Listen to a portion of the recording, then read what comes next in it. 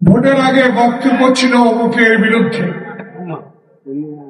ভোটের আগে বক্তব্য ছিল ৭১-এর স্বাধীনতার বিরুদ্ধে।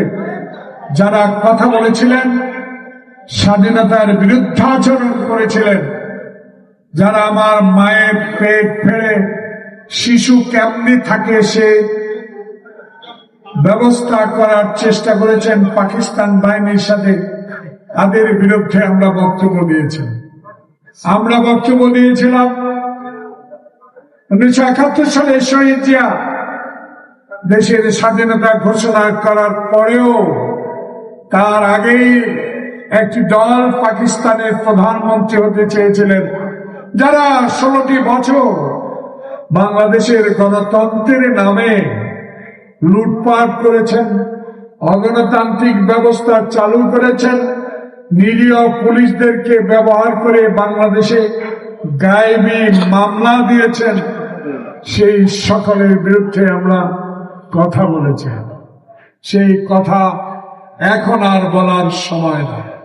তাই আমার নেতা তারেক রহমানের একটি উক্তি, এখানে সবাই কিন্তু বিএনপির নেতা কর্মী, ২-৪ জন পুলিশ অফিসার ছাড়া সবাই বিএনপির নেতা কর্মী। তাদেরকে উদ্দেশ্য করে বলতে চাই, আমার নেতা তারেক রহমান লন্ডন থেকে একটা বাণী দিয়েছে।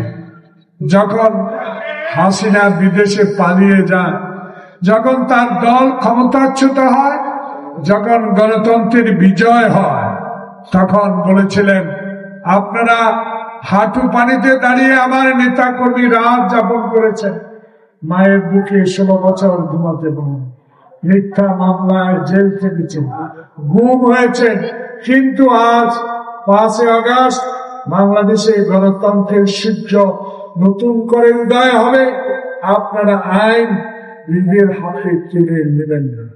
সেই কথাটুকু বাংলাদেশ জাতীয়তাবাদী দলের অগণিত লক্ষ হাজার কোটি সমর্থক সেদিন তারেক রহমানের এই বক্তব্য বুকে ধারণ করে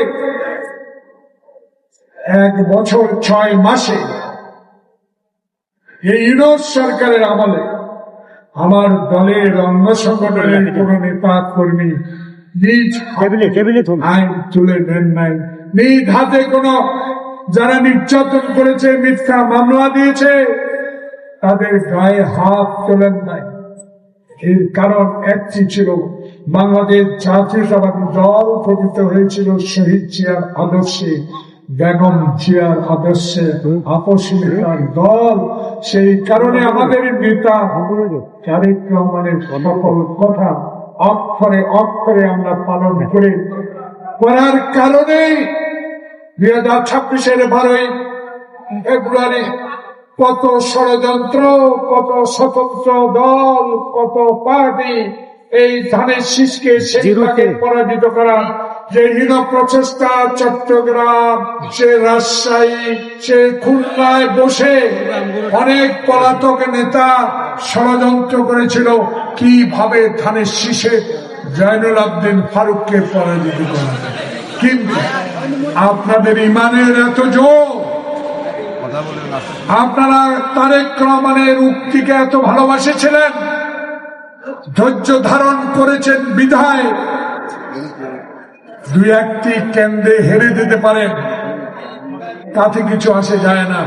কিন্তু ২১,০০০ ভোটে আপনারা সকল ষড়যন্ত্রকে নস্যাৎ করে ধানের শীষকে জয়লাভ করিয়েছেন, সেটাই আপনাদের প্রাপ্য। সেনবাগ টিভি, সত্যের সন্ধানে আমরা।